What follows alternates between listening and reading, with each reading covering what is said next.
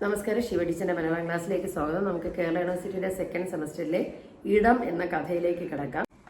നൂർ മാത്യൂസ് ആണ് ഇതിലെ കഥാപാത്രം. അപ്പം ചില ദിവസങ്ങളായിട്ട് അയാൾ ശ്രദ്ധിക്കുകയാണ്, അയാളുടെ ചെവിയിൽ ഒരു ശബ്ദം വീണുകൊണ്ടിരിക്കുന്നു. അതായത് ഇത് നിന്റെ ഇടമല്ല, നീ ഇവിടെ വിട്ടുപോകൂ. ഈ വീട്ടിലെ ഓരോ വസ്തുക്കളും അത് തന്നോട് പറയുന്നതായിട്ട് അയാൾക്ക് തോന്നുന്നുണ്ട്. അപ്പം തൻ്റെ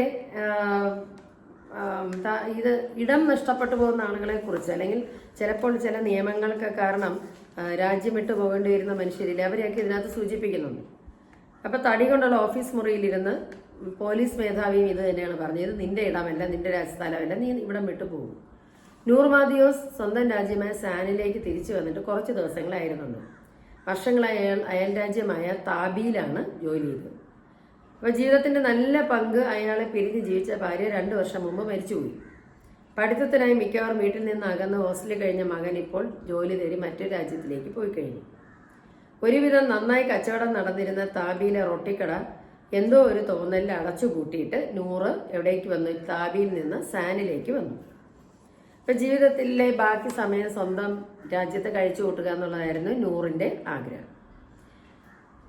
വല്ലപ്പോഴും അനധികൃതമായിട്ട്, അതായത് ഈ രാജ്യത്തേക്ക് മറ്റൊരു രാജ്യത്തിലുള്ള ആൾക്ക് വരാനുള്ള അനുവാദമില്ല. അതുകൊണ്ട് ട്രക്കുകൾ ചിലപ്പോൾ ആളുകളുമായിട്ട് ഇങ്ങോട്ട് വരാറുണ്ട്. ആ ഒരു ട്രക്കിൽ കയറിയാണ് ഇയാൾ വരുന്നത്. വന്ന് കുറച്ച് ദിവസങ്ങളൊന്നും അയാൾ വീടിന് പുറത്തേ ഇറങ്ങിയില്ല. സാധാരണ പോലെ വെക്കേഷനല്ല. പിന്നെ ഈ വന്ന വീട്ടിൽ ഭാര്യ ഒപ്പം ഇല്ല. പിന്നെ ഗ്ലാസ്സിനായിട്ട് പലപ്പോഴും വിരുന്ന് വരുമ്പോൾ അയാൾ വീട്ടിൽ വരാറുണ്ടായിരുന്നു. എന്നിട്ട് ബിയർ കുപ്പി എടുത്ത് വെച്ചിട്ട് ഗ്ലാസ്സിനായിട്ട് അടുക്കളയിലേക്ക് വിളിച്ചു പറയുമ്പോൾ അവൾ അതുമായി എത്തുമായിരുന്നു. അപ്പം അങ്ങനെയൊന്നും ഇപ്പോൾ ഭാര്യ ഇല്ലാത്തതുകൊണ്ട് അങ്ങനെ ഒരു പതിവില്ലാത്തതുകൊണ്ട് ചിലപ്പോൾ ബിയർ കുപ്പി എടുത്ത് വെച്ചിട്ട് അയാൾ മണിക്കൂറുകളോളം ഇരിക്കും. അങ്ങനെ ഇരിക്കുമ്പോഴാണ് ഒരാഴ്ച മുമ്പ് 2 പോലീസുകാർ അയാളുടെ വീട്ടിൽ വന്നിട്ട് അയാൾ താബിയിലെ പൗരനാണെന്ന്, മതിയായ രേഖകളില്ലാതെ ഇവിടെ താമസിക്കുന്ന നിയമവിരുദ്ധമാണെന്നും അതുകൊണ്ട് ഇവിടെ വിട്ടുപോകണമെന്ന് അയാളോട് പറഞ്ഞു. അപ്പം താബിയിൽ വർഷങ്ങളോളം താമസിച്ചുകൊണ്ട് മാത്രമാണ്, താബിയിലെ പൗരനാണ് അയാൾ, അപ്പൊ ഇവിടെ താമസിക്കണമെങ്കിൽ സാനിലെ പൗരനാണെന്നുള്ള രേഖകൾ വേണമെന്ന് പോലീസുകാർ പറഞ്ഞു. അപ്പൊ അയാളുടെ മറുപടി, ഞാൻ താബിയിൽ വളരെ കാലം താമസിച്ചത് കൊണ്ടാണ് തനിക്ക് അവിടുത്തെ പൗരത്വം ലഭിച്ചത്, പക്ഷെ സ്വന്തം നാട് സാനാണെന്ന് നൂറ് പറഞ്ഞു. അപ്പൊ കൂടുതൽ എന്തെങ്കിലും പറയാനുണ്ടെങ്കിൽ ഞങ്ങളുടെ മേലധികാരിയെ വന്ന് കാണാൻ പറഞ്ഞിട്ട് അവർ പോയി. അപ്പൊ ഇവരുടെ മേലുദ്യോഗസ്ഥനെ കാണാൻ വേണ്ടി നൂറ് പോയിരുന്നു. മെലിഞ്ഞ കൂർത്ത കണ്ണുകളുള്ള ഒരു താടിക്കാരനായിരുന്നു. തടി കൊണ്ടുള്ള ഓഫീസ് മുറിയിൽ അയാൾ നൂറ് പറഞ്ഞതെല്ലാം കേട്ടിരുന്നു, പക്ഷെ വിശ്വസിച്ചില്ല എന്നൊന്നും അയാൾ പറഞ്ഞില്ല. അവസാനം നിയമമാണെന്നും വേണമെങ്കിൽ ഗവൺമെന്റിന് ഒരു പരാതി കൊടുക്കാനും അയാൾ പറഞ്ഞു. അപ്പൊ ഇവരുടെ ആവശ്യം എന്താണ്? ഇയാൾ താബിയിലെ പൗരനാണെന്നുള്ള രേഖകളുണ്ട്, എന്നാൽ സാനിൽ ജനിച്ചു വളർന്നിട്ടും അവിടുത്തെ പൗരനാണെന്നുള്ള രേഖകളില്ലാത്തതുകൊണ്ട് ഇവിടെ താമസിക്കരുതെന്നായിരുന്നു. വീട്ടിൽ തിരിച്ചെത്തിയപ്പോൾ നൂറ് വിചാരിക്കുകയാണ്, ഈ ഇടം നിന്റേതല്ല എന്ന് ഓരോ ശ്വാസവും അയാളോട് പറഞ്ഞു. അപ്പോൾ ഇയാൾ വിരിപ്പ് മുറിയിലെ, സ്വീകരണ മുറിയിലെ നെരിപ്പോട്, അതായത് ഈ തണുപ്പിന് വേണ്ടി തീ കായുന്ന സ്ഥലത്ത് കാൽമുട്ടിൽ മുഖം അമർത്തിയിരിക്കുകയായിരുന്നു. ഒരു കാലത്ത് ജീവിതത്തിൽ ഏറ്റവും സുരക്ഷിത ബോധം അയാൾക്ക് തോന്നിയ മുറിയായിരുന്നു അയാളുടെ സാനിലെ ആ മുറി. ആ മുറിയിൽ അയാൾക്ക് ശ്വാസം മുട്ടി തുടങ്ങി. കാരണം തൻ്റെ ഭാര്യയെക്കുറിച്ച് അയാൾ ഓർത്തു. അപ്പം ഈ മുറിയിലാണ് മകനും ഭർത്താവും ഇല്ലാതെ വർഷങ്ങളായിട്ട് ഈ സ്ത്രീ കഴിഞ്ഞതെന്ന് അയാൾ ഓർക്കുകയാണ്.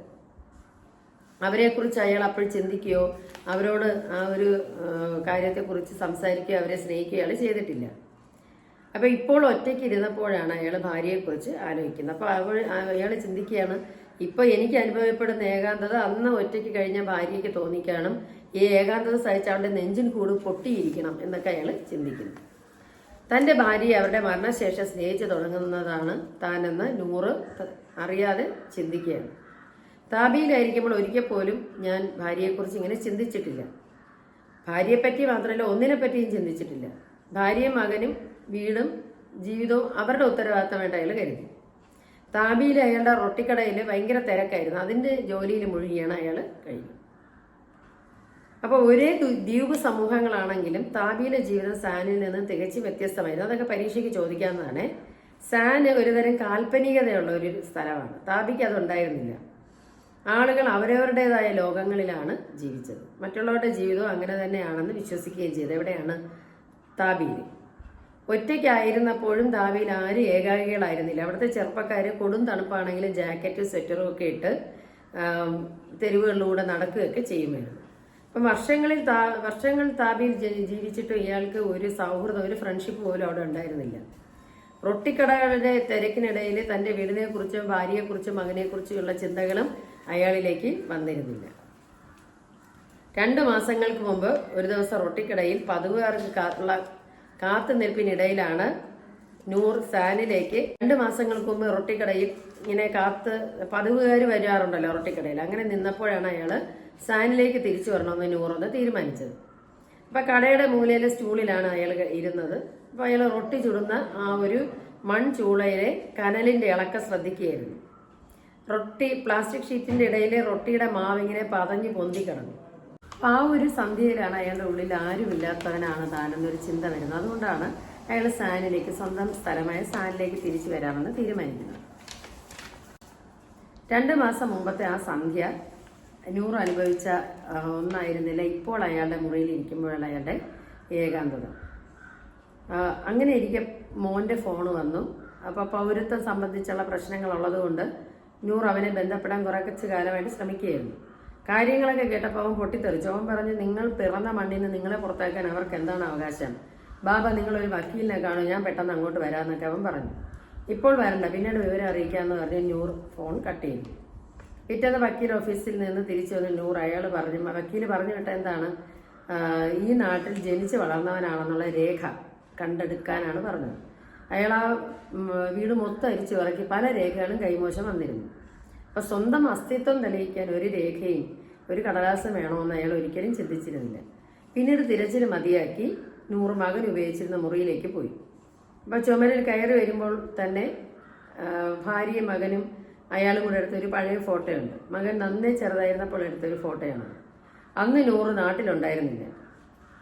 ഭാര്യ മകനെ മുറുക്കെ പിടിച്ചിട്ടുണ്ടായിരുന്നു. ഫോട്ടോഗ്രാഫറുടെ ക്യാമറ കണ്ണുകൾക്ക് നേരെ അവൻ വികൃതി കൈകൾ നീട്ടിയിരിക്കണം. അവൻ്റെ മുഖത്ത് നല്ലൊരു ചിരിക്കായി അവൻ നന്നായിട്ടൊരു ചിരിച്ചിരിക്കുന്നവരാണ് ഫോട്ടോഗ്രാഫറും അരികിൽ എത്ര നേരം വെയിറ്റ് ചെയ്തിട്ടുണ്ടാവും. അപ്പോൾ ഈ നിമിഷങ്ങളിലേക്ക് കടന്നു വരാനായി എത്രയോ വർഷങ്ങൾക്കിപ്പുറം നൂറിൻ്റെ ഹൃദയം പിടയുമെന്നും അന്ന് മകനോട് ചേർന്നിരിക്കെ ഒരിക്കലും അവൾ കരുതിയിട്ടുണ്ടാവില്ല. അപ്പം ഭാര്യയും മകനും കൂടെയുള്ള ആ ഫോട്ടോ കണ്ടപ്പോൾ അയാൾക്ക് ഒരുപാട് വിഷമമുണ്ടായി. കാരണം മകൻ നന്നേ ചെറുതായിരുന്നപ്പോൾ എടുത്ത ഫോട്ടോയാണ്. അന്ന് നൂറ് നാട്ടിലുണ്ടായിരുന്നില്ല. അപ്പം മകൻ കുസൃതികൾ കാണിച്ചതുകൊണ്ടായിരിക്കണം അവൻ്റെ കൈ മുറുകെ പിടിച്ചിരുന്നത്. അപ്പം അവൻ്റെ ഒരു നല്ല ചിരിക്ക് വേണ്ടി അവൾ എത്ര നേരം വെയിറ്റ് ചെയ്തിട്ടുണ്ടായിരിക്കണം. അപ്പം എത്രയോ വർഷങ്ങൾക്ക് ശേഷം ഈ ഫോട്ടോ കാണുമ്പോൾ നൂറിൻ്റെ ഹൃദയം പിടയുമെന്നും അന്ന് അവൾ മകനെ എടുത്ത് ഇരിക്കുമ്പോൾ നമുക്ക് തോന്നിയിട്ടുണ്ടാവില്ല. നെഞ്ചിലെ കനത്തിൽ കാലിടറി നൂർ മകൻ്റെ കട്ടിലേക്ക് ഇരുന്നു. അയാളുടെ മനസ്സിന് വല്ലാത്ത ഭാരം തോന്നി. അവിടെ കിടന്ന് അയാൾ ഉറങ്ങിപ്പോയി. ഉറക്കം എണീറ്റ് പിന്നീട് വാതിലിൽ ആരോ ബെല്ലടിച്ചപ്പോൾ അയാൾ ഉണർന്നത്. അപ്പോൾ ചുമരിലെ ഫോട്ടോയിൽ അയാൾ നോക്കി. ഞാൻ ഉണ്ടെന്നതിന് ജീവിതത്തിലും മരണത്തിലുമായി 2 തെളിവുകൾ ആ ഫോട്ടോയിലുള്ളതാണ്. അതായത് ജീവിച്ചിരിക്കുന്ന ഒരു തെളിവ് മകനാണ്, മരിച്ചുപോയ തെളിവ് ഭാര്യയാണ്. വാതിൽക്കൽ 2 അനുചരന്മാർക്കൊപ്പം പോലീസ് മേധാവിയായിരുന്നു. അയാളുടെ മുഖത്തെ ഭാവമൊന്നും മയമുള്ളതായിരുന്നു. ഒരു സന്തോഷ വാർത്ത ഉണ്ടെന്ന് അയാൾ പറഞ്ഞു. തിരിച്ച് നൂറിന് താബിയിലേക്ക് പോകേണ്ടി വരില്ല.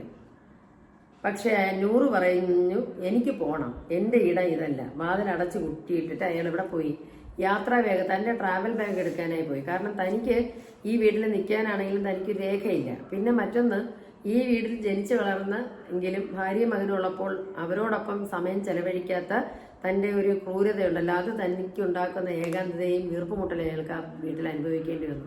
അതുകൊണ്ട് അയാൾ അവിടെ നിന്ന് തിരിച്ചു പോകാനായിട്ട് തീരുമാനിക്കുമ്പോഴാണ് കഥ അവസാനിക്കുന്നത്. അപ്പോൾ ഈ കഥയുടെ